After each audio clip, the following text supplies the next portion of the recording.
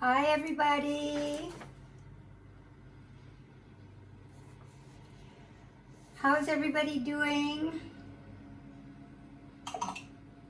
Good? Good? Everybody's well? Nobody's ill? Do you know anybody who's ill? No? That's good. That's good. Okay, let's see who's here. Ian. Here. There's here. Oh, good. Thank you. I heard a real voice. And Joey. I see Joey and Jody. Jody. Okay. And Donnie. Here. Okay. Here's another one coming in. And Changping. There you are. Angela. Here. And Zoe. Is Zoe here yet? Not yet. And Tomas I saw. Maris I saw. Clara I saw. Good. And Zhaoshu. I see you up there in my corner. And Eva. There. There she is. And Angela is here. Great. Okay.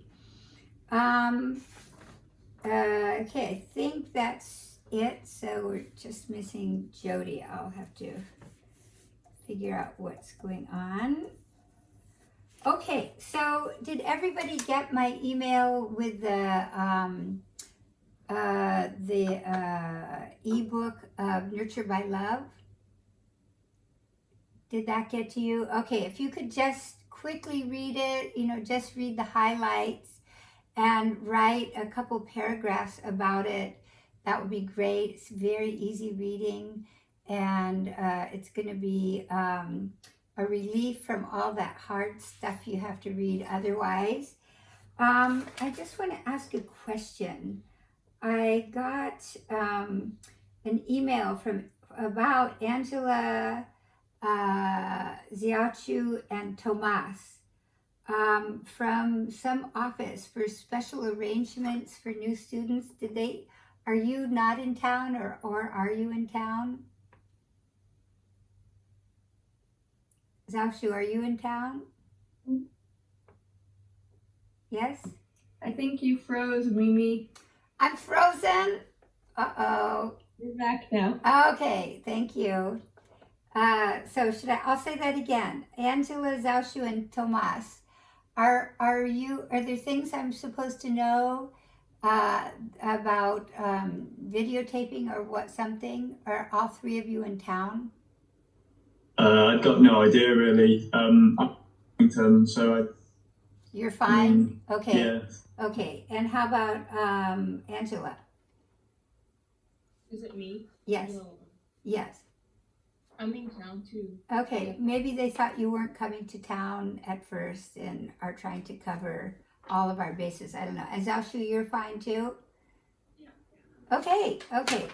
I can throw this away then? Okay. Just remind me if I'm not correct in that regards. Okay, so let's move on with our repertoire. And if you just take your books, or why don't you do a couple things? If you can open your Suzuki book, because we're going to sail right along with the repertoire. And then also, if you open stringpedagogy.com, and I'm going to share my screen with you.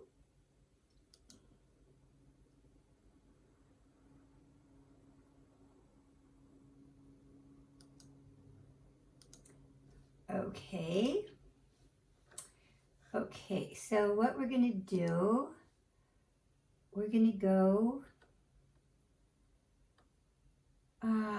we made it through Go Talent Roadie, and now we're at O Come Little Children. So what we want to do, and if everybody has their violins, that would be really helpful also. So just go grab your violins.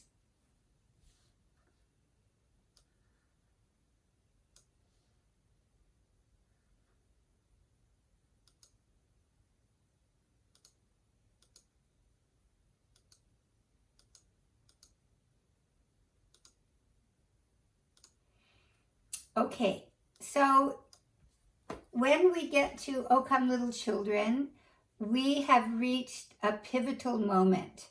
And as we go through our semester together, we will identify pivotal moments. And what do I mean by pivotal moments? They're basically, I guess we can pivot in a good direction or we can stay kind of where we were, which means that we would not be making progress.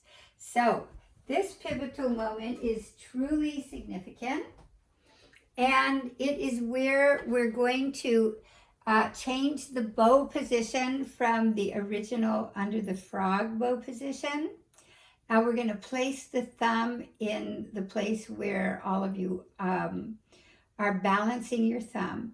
But I want to just spend a little bit of time talking about the thumb. And I know we did this before, but what is the function of the thumb in everyday life except for when we play with the bow? To grab. Yes, to grab, exactly. I mean, if you think of everything you do in your life, it's counteracting the pressure of the forefingers with the thumb. And basically, that allows us to manipulate, and it's allowed society to evolve to the point where it is. And it would be interesting. I'm sure there are books written on the influence of the thumb on everything that we're doing in our human evolution and how important that is. But when it comes to the bow, we don't grab. So we're going to go against everything you've ever learned about the thumb. Now, I want you to look at your bow, at your stick, and if you have a round stick, that's fine. Some of you may have an octagonal stick, but whatever stick you have, the space between the leather wrapping and the frog is going to be octagonal in shape.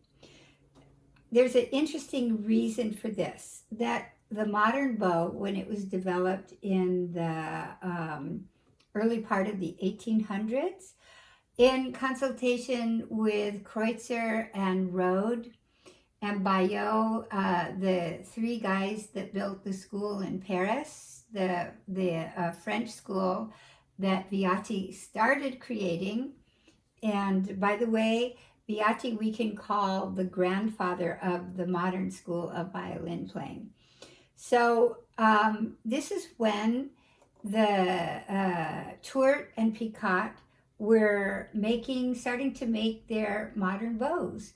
And hard to know if they were making the bows because the music was getting more demanding and you needed to have more bow strokes, and the classical time of Mozart and Haydn was coming to fruition, and you didn't want to lose the sound at the end of every down bow, which is what happens when you play with a Baroque bow.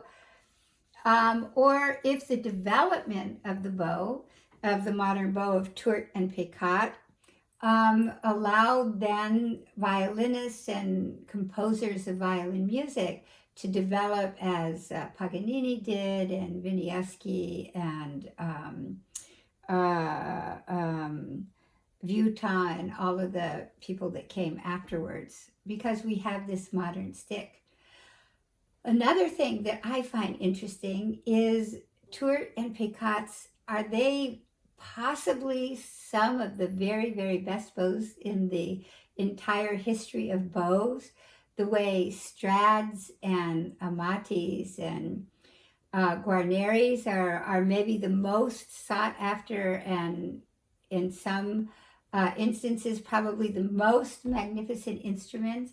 How was it that the beginning people who were making these violins and bows, how come they're the best? You would think that, as with most things, the best would come later. I don't have the answer to that. Does anybody have an opinion?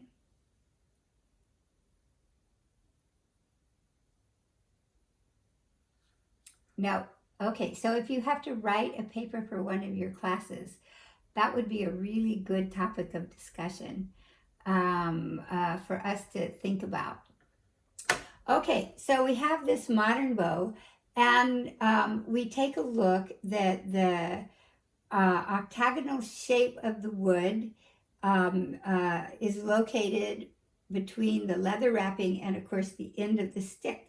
Now, why would Kreutzer have told Picot and Tourt to make a bow like that? Why not just keep it round? Any thoughts? I'll just stop sharing this for a second. It really helps you place your thumb and your pinky. That's it. And who said that? Katie. Katie. Oh, Katie. Hi, Katie. Yes, exactly. You see, if you have a rounded place here, the thumb can just peek through, which it does sometimes when we're working with kids, because obviously their bows are probably round from beginning to end. So yes, the octagonal shape allows us to keep our thumb on the side of the stick that's closest to us. And yes, because we have an octagonal shape on the top, it allows the little finger from kind of slipping off. So what we're going to be looking for now in the rest of our days in working with our students is that the thumb is not pushing up on the stick underneath the stick. So I want all of you to take your bows and put your thumb underneath the stick and feel that it's pushing up, and that you put your longest finger down across it. And what do you feel? You feel that you're squeezing your bow like this. So if we squeeze our bow like that, most likely we're going to get a not beautiful sound. I will easily demonstrate this for you. Maybe because I can't hear you, can you try to do this at home? Just get the most awful sound you can by pushing the thumb up against the longest finger.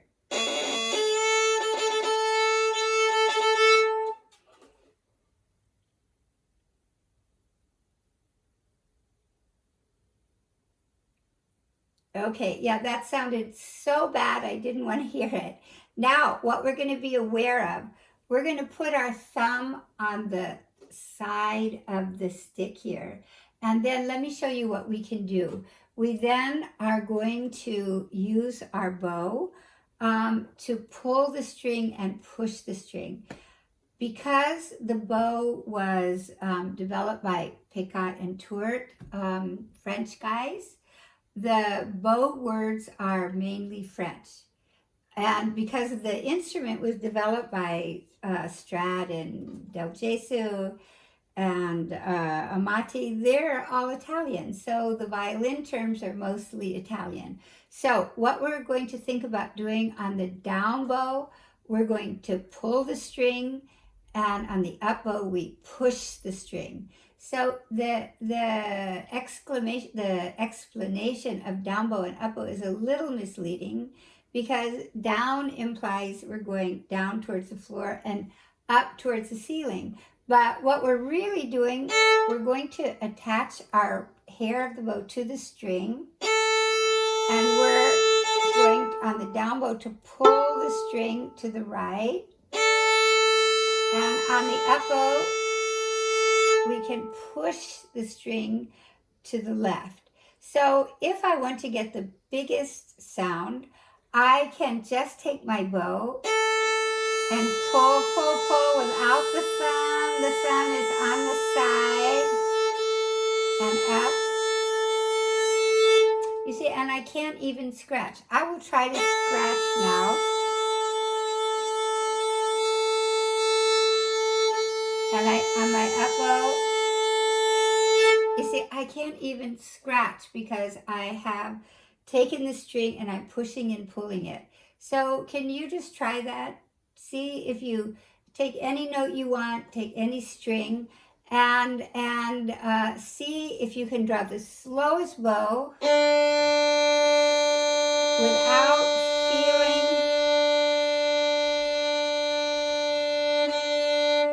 without letting the sound scratch.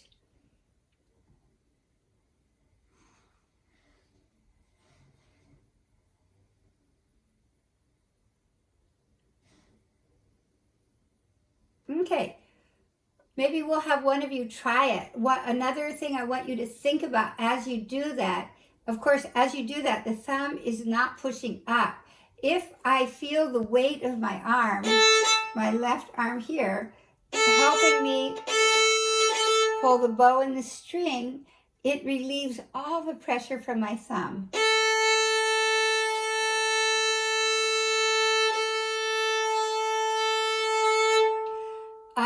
And then what else do we need to know? We need to understand that the weight of the arm pronates towards the tip and supinates towards the frog. So I do that again from my elbow. So as I go to the tip, and let me just move my screen so you can see it a little bit better. Make sure I'm still there. Good. So as I'm going to the tip, the weight of my hand comes forward, and as I go back, I'm coming. So we'll try a few of these things together. So we can get a feeling of this by taking our fingers off as we go to the tip and placing them as we go to the frog. Can we try that together? So down bow, off, and up. Good. That's good.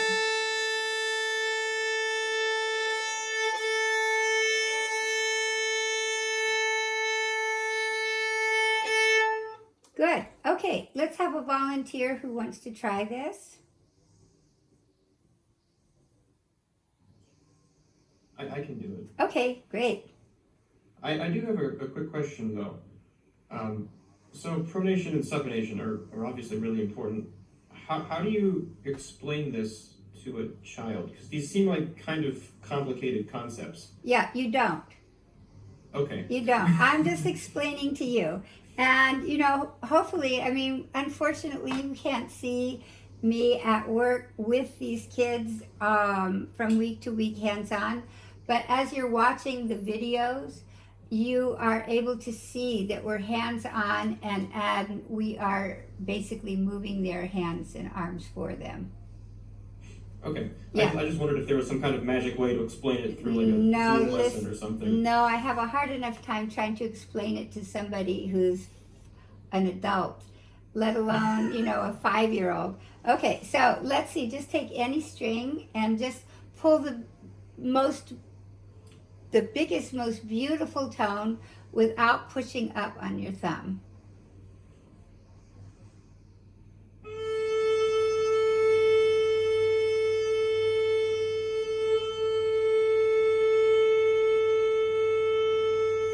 Good. Now, can you do that and try to scratch? Don't put your thumb underneath, but keep your thumb on the side. But try even to get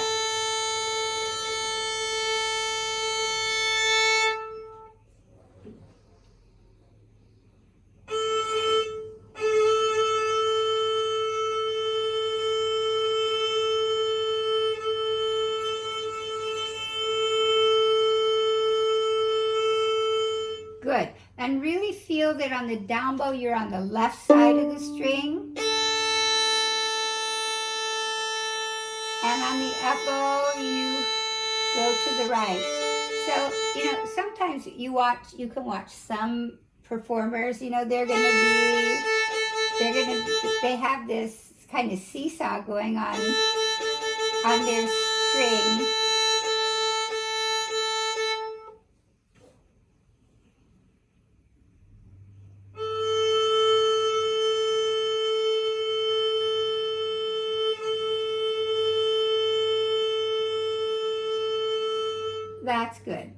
good.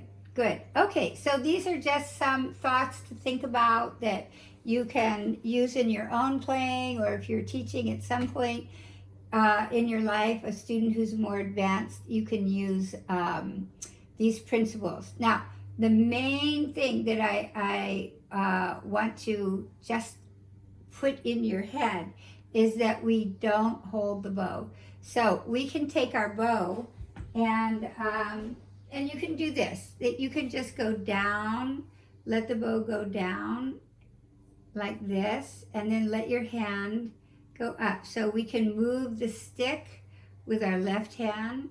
Good, good. And then we can bow also this way. If you want, teary, teary, tee, tee, teary, teary, tee, tee.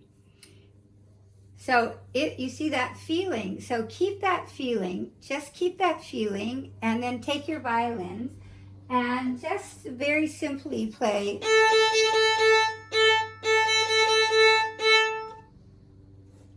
Keeping that same feeling that you had of what we call the no-hold bow hold.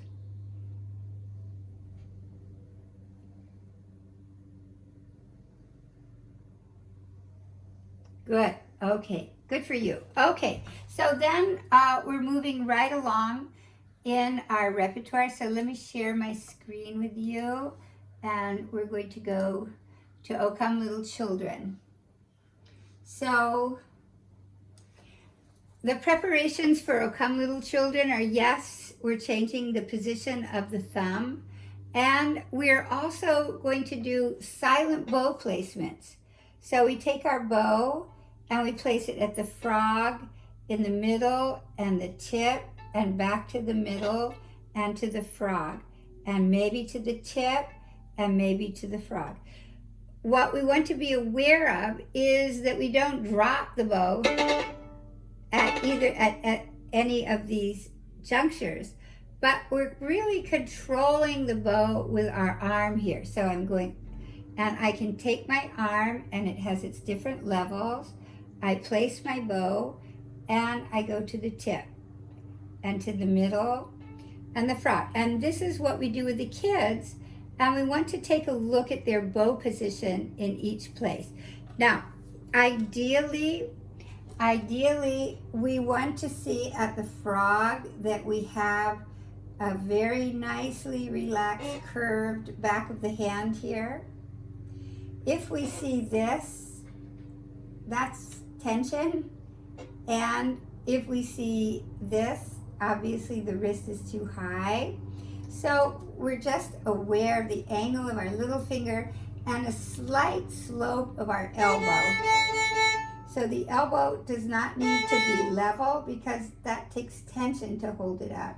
But we just let it slightly hang. So that's the first thing that we do. The second thing that we do is that we're going to do whole bow circle on the A string, and we circle, and we circle. And again, my bow is well balanced in my hand so that the motion is coming from my arm, basically from the ball and socket here.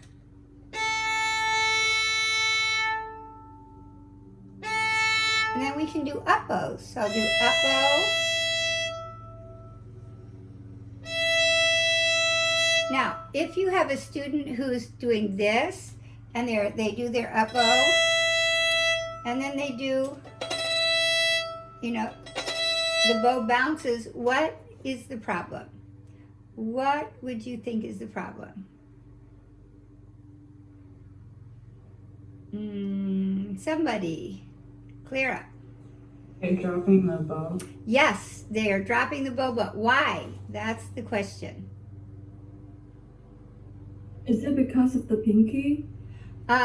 Yes, it could be, but now I'm well balanced, so I've solved that problem, so that's not the complete answer. The angle of the bow? No, I can keep it straight and still it's gonna drop. Is the Not thumb? feel like heavy enough right arm? Oh, sorry. Yeah, no, my thumb is good. I think, Zoe, you're on the track. Not a heavy enough right arm? Well, Or not I want to control the level with my right arm. You see, so if I'm here, now I can control, I can control exactly where I'm going to, where the hair of the bow is going to meet the up force of the instrument here. Yeah, so all the things you said are correct, but if I want to truly get rid of the shutter, I have to control it with my right arm. So that's the second thing. The third thing that we want to do with these kids, we call these bow wanderings. We wander down to the tip and we wander back to the frog.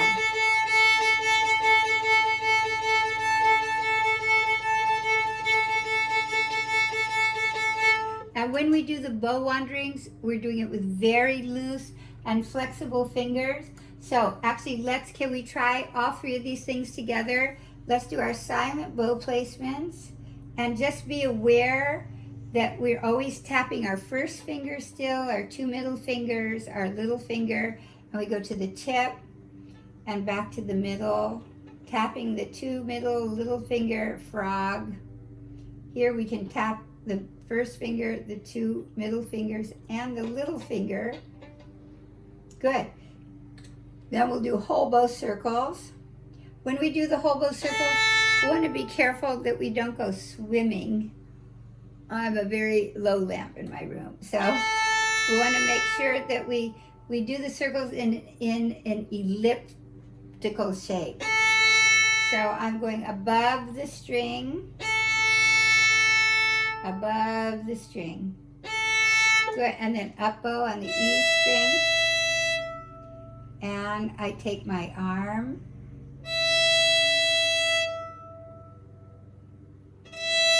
That's good. So those are three things that as we go through basically our violin studies for many, many, many months, if not years, these are things that we can repeat. Now, at this point, we're going to introduce our A major scale in different ways so that we're accommodating the upper half, the lower half, and the whole bow. So we'll first upper half, every note 2 times.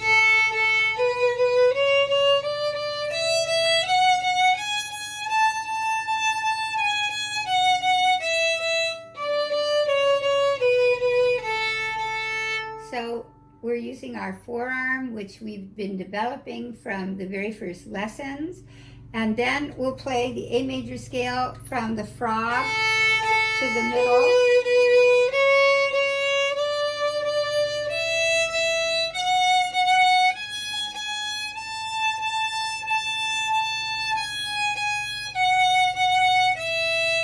And all 3 fingers.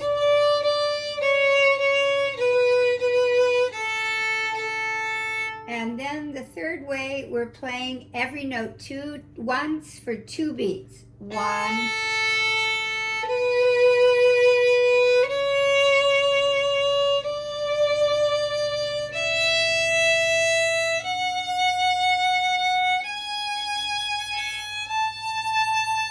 And just using the whole bow.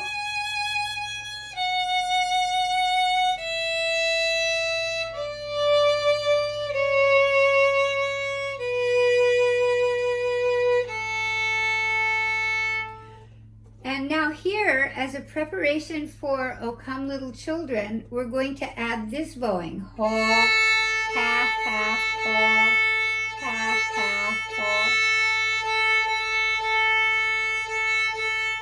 So we'll add our scale.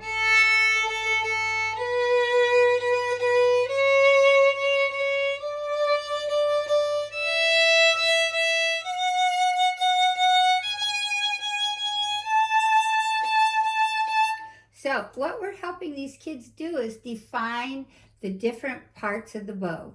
So we want them comfortable in all parts of the bow.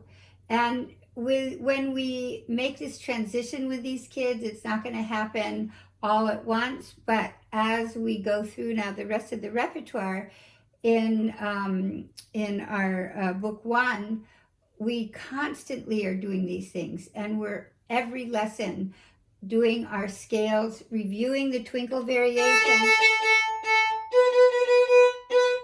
but also upper half, lower half, whole bow, etc. Does that make sense? So what we're doing, we're giving the kids the tools with which now to play "O Come Little Children." So do all of you have the music, or should I put the music up on the screen? Can I ask a quick question? Yes. When you are starting adults or older kids, do you still start them down here? You like know, this? I'll tell you, I probably would, but then they're going to get to "O Come Little Children" much faster than a child. And if all of you tried to play with your thumb underneath here, it just gives you a whole easy feeling of how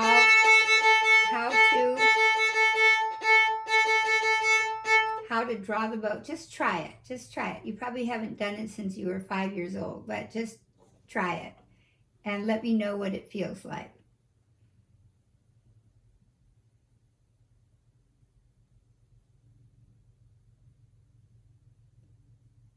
Good. So why do you think this works so well?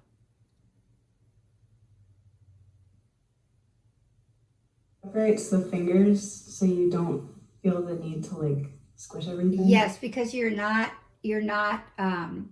tightening up this tendon here. This tendon in the thumb here. You see, as soon as you put the thumb here, and we're aware of this with our kids all the time. I'm aware of this with all my older students, my high school students, my college students, that they're not tightening up this tendon. And you will run across older students who are getting what we call tendinitis, and it's because they've abused this tendon for so many years.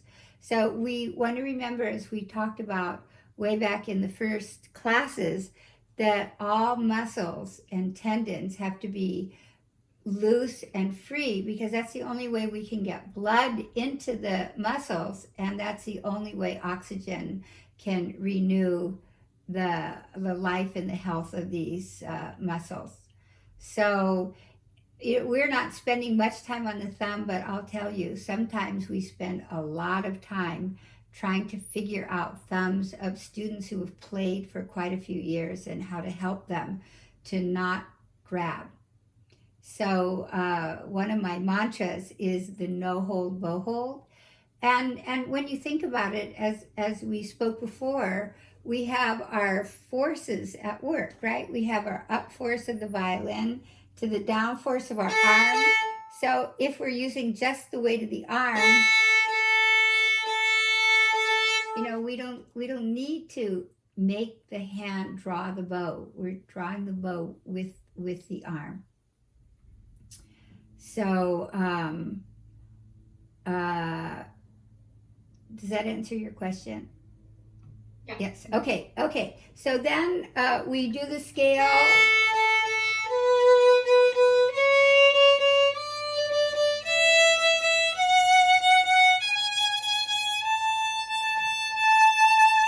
And then we get to go to "O Come Little Children." So I guess the question I was asking, does anybody want me to put the music on the screen here? Do you have it? Okay, just tell me if you need it. So in "O Come Little Children," let me just take you through the bowings and what the left hand is doing.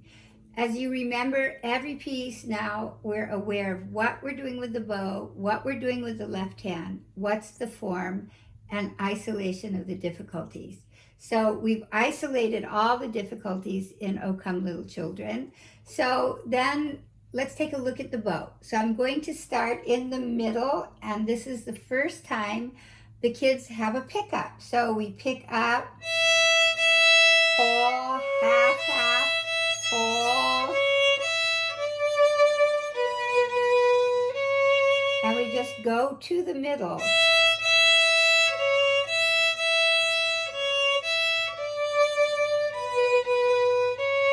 To the middle.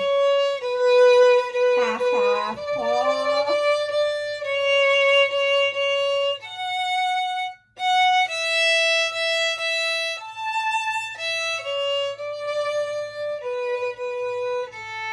And then we can circle off at the end. And we're going to use the bow to help us create our phrase with our crescendo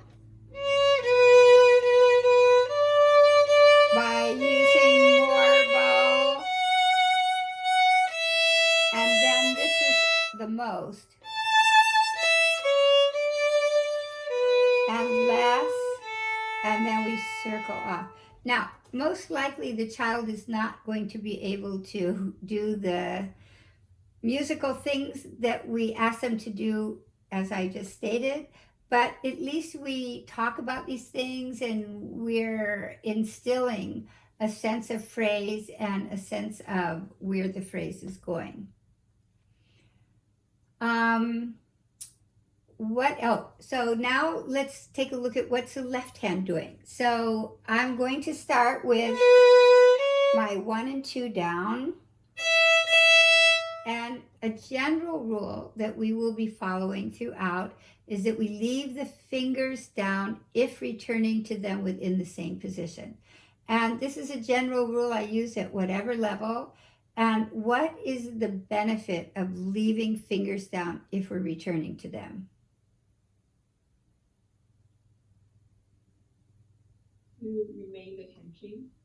Excuse me? To keep the hand shape. Yes, that's one. What else? It's the same pitch.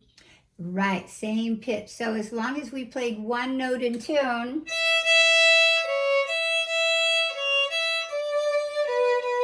don't hedge your bets. Just keep it down. Then it'll be in tune. That's good. Okay, so we start now. Why is it a good idea to start with the 2 down here? And where have we done this before?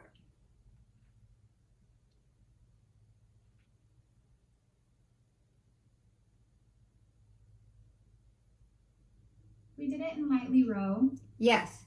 Just to have that bridge between the fingers so they can play an open string while having a lower string, like fingers down on a lower string. Right, very good.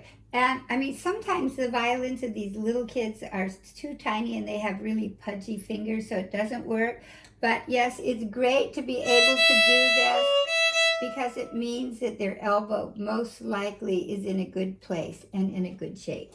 Exactly. So we start with 1 and 2 down.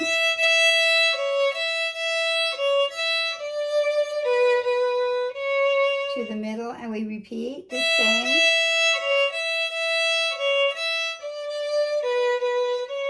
Now the third phrase, I'm going to put 1 and 2 down. I leave 2 down to find the 1, then I can take it off.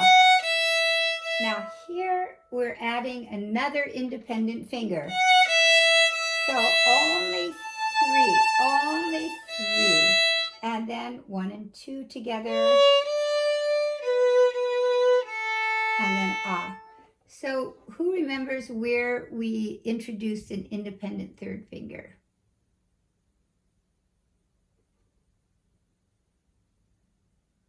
In the Go Till Aunt Rhody. Not really. We didn't have an independent. You have to go back a little further. Song of the Wind. Yeah, Song of the Wind. Thank you. Independent. Right. So here is our second introduction of the independent finger. Good. Okay, any question? Maybe we should just quickly play this, so even though it seems rather simple, it's good practice to play it.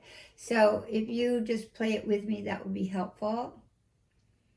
So we'll start in the middle of the bow and first and second finger down and our pick up, lift.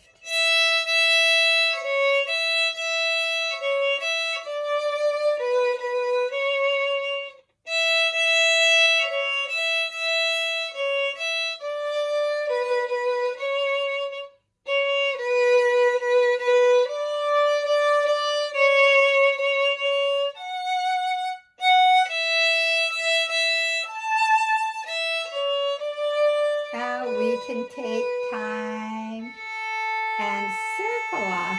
We always want to circle off. That's right. Okay, so next piece. Let's take a look at Song of the Wind. And what looks new and different?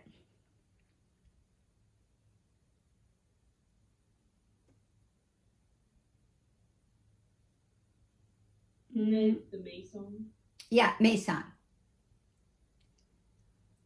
So let's see, who wants to go? Zhao Shu.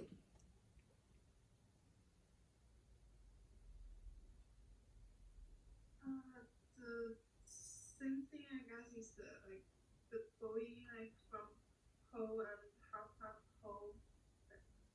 Well, we're just on Mason here.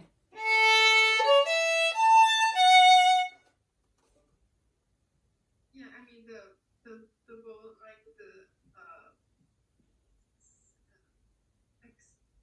the O Come Little Children from.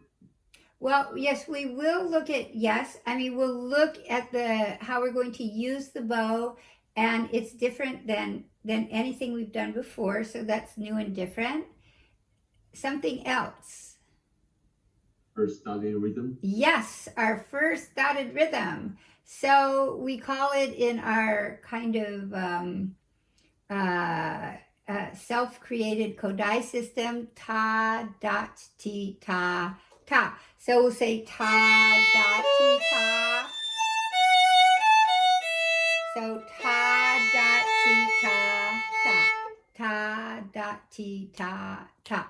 So what do you think would be good ways for the child to incorporate this, to get used to it? And then scale. Well, I'm not sure. Like, would you do?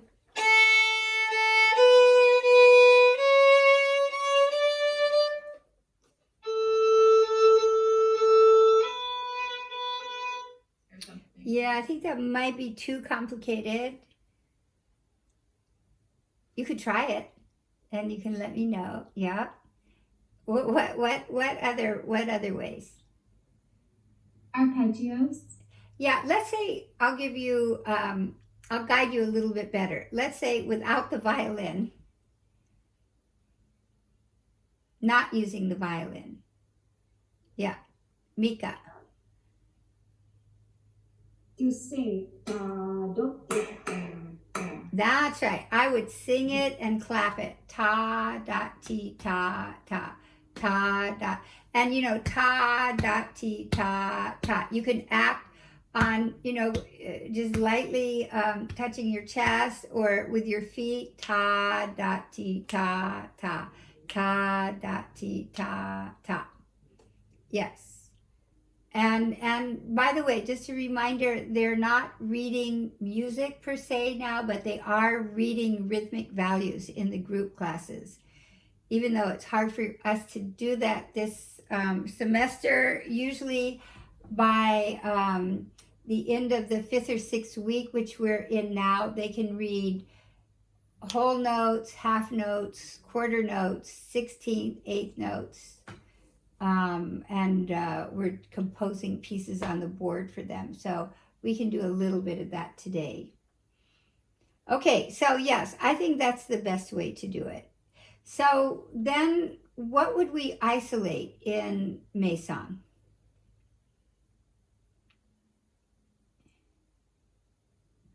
You can tell them, okay, do the whole piece, but that's probably going to be too much to do the first time. So what can we isolate so that they will have a better chance of grasping what we're doing? You could isolate the arpeggio. Yes, good. So we could isolate the first measure. Yes, very good. And we could do it many times. So when we do this, let's take a look at how we're going to place our fingers. So we can play 1 and 2 together, leave 2 down because we've done that many times, and then put 3 next to the second finger, and then hop over with 1. And this is easy here because we've done that. So do you see how that works? So it's pretty interesting to see how what we've learned already is now being utilized a little bit more at a little bit higher level of complexity. So we are going again with our 2 fingers, leave them down. 3 goes next to the 2, and then 1. And then all 3 fingers.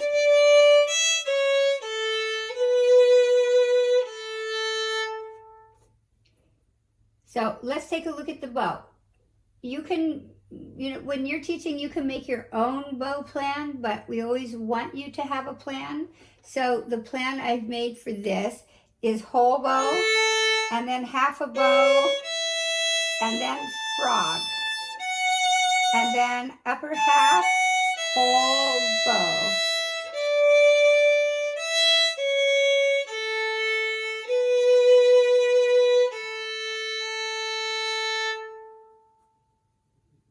I think the more logical we can make the bow plan, the better off we are. And then whole bow. So here again, all 3 notes.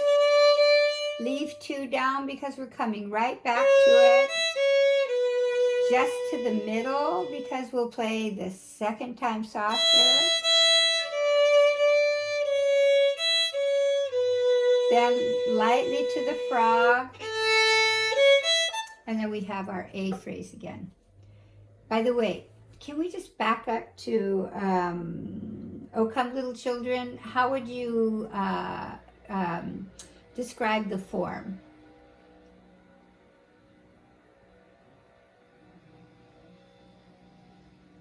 A, B, and C. Yeah, right. Okay. So in Mason, what would the form be? ABBA. ABA. Yeah. You might do A, B, B prime, A. Depending. You can check with your student to see how architecturally they're comprehending everything.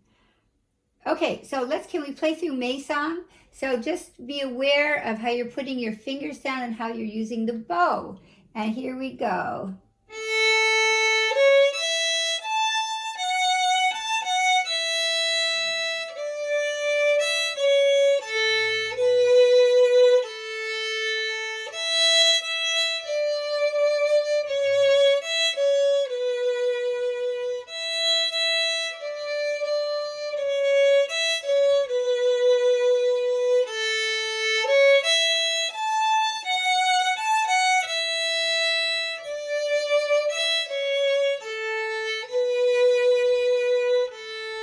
And then we circle off. Good. Okay. Let's get through one more piece today, and that is long, long ago. So take a look at that. Let me see. Eva, do you want to take control of this one? So let's do long, long ago. Why don't you play it for us first, and then we'll discuss it. Okay.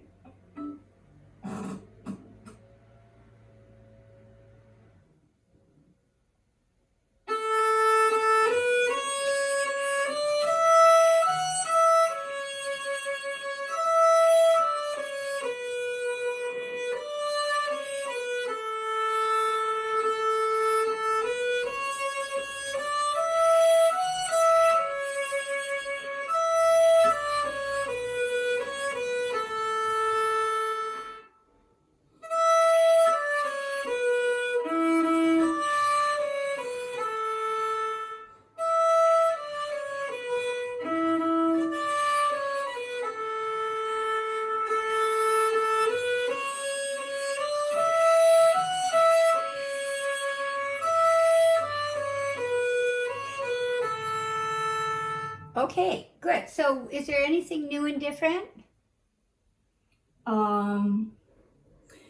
In the third line, you have to put your first finger on the two strings. Yeah. Well, here's the thing. You're right. It's a new note. We have our first note on the D string, but I would not play a perfect fifth. I would jump over, because if we try to play the perfect fifth, we're going to get a distorted position here. So I would do a hop there.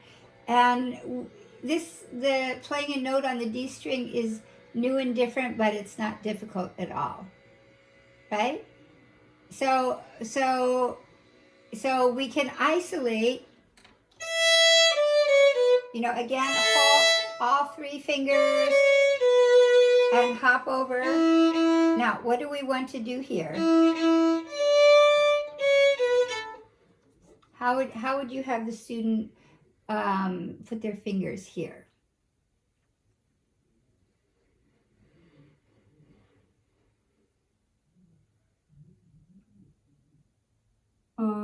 Put the three fingers together. Well, why don't you show us? Okay. Hop over and put three fingers together. Good. That's one way to do it. But let's see what you think of this. Now here is all three. If we leave one down and put three, so we find the D from the one here, and then we hop over 2 and 1. I think that's a little smoother than hopping all.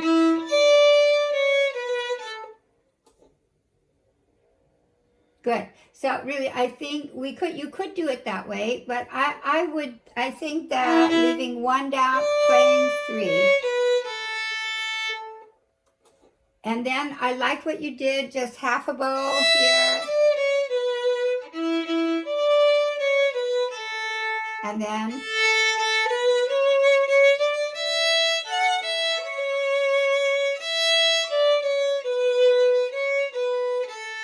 again with a little retard. So what about the bowing? Maybe somebody else who hasn't gone.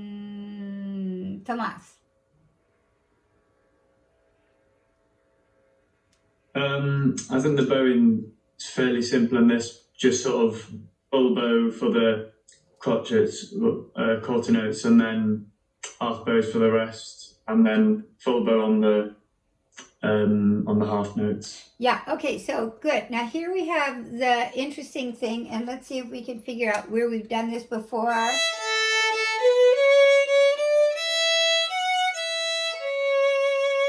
So here we have to do what with the bow? Save the bow? Yeah, we have to draw how much slower than we do on the quarter.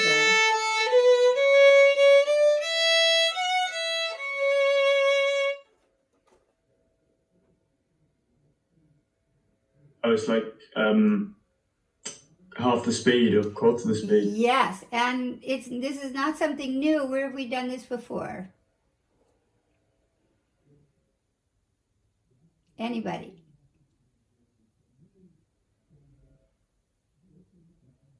Oh, come little children. Not really. Not so much in O Come Little Children. What? Yeah, a little bit in May Song. We have to draw the bow twice as fast, but how about all the way?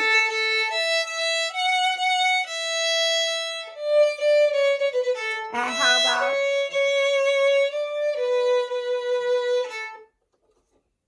and lightly row? Yeah, so it's just interesting for me to tell you these things because, again, we've done them before, but we keep revisiting the same technical things. What do I want to, what's the form? Anybody?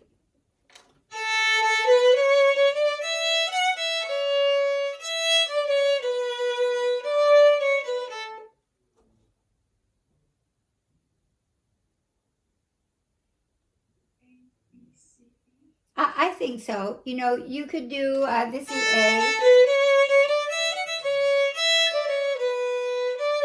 And then it could be A prime maybe, but maybe B is easier for them to understand, because then after C and again C prime, and then we have what here? Back to B. Good. Okay, do you see the logic of what we're doing? And how all of the complexities are solved. Okay, what I want to do, guys, I want to go, let me just share the screen with you. Let me go to Canvas and make sure we're kind of on target with everything we're doing. I have to tell you that this is the first time I'm using Canvas, so I'm somewhat of a novice here.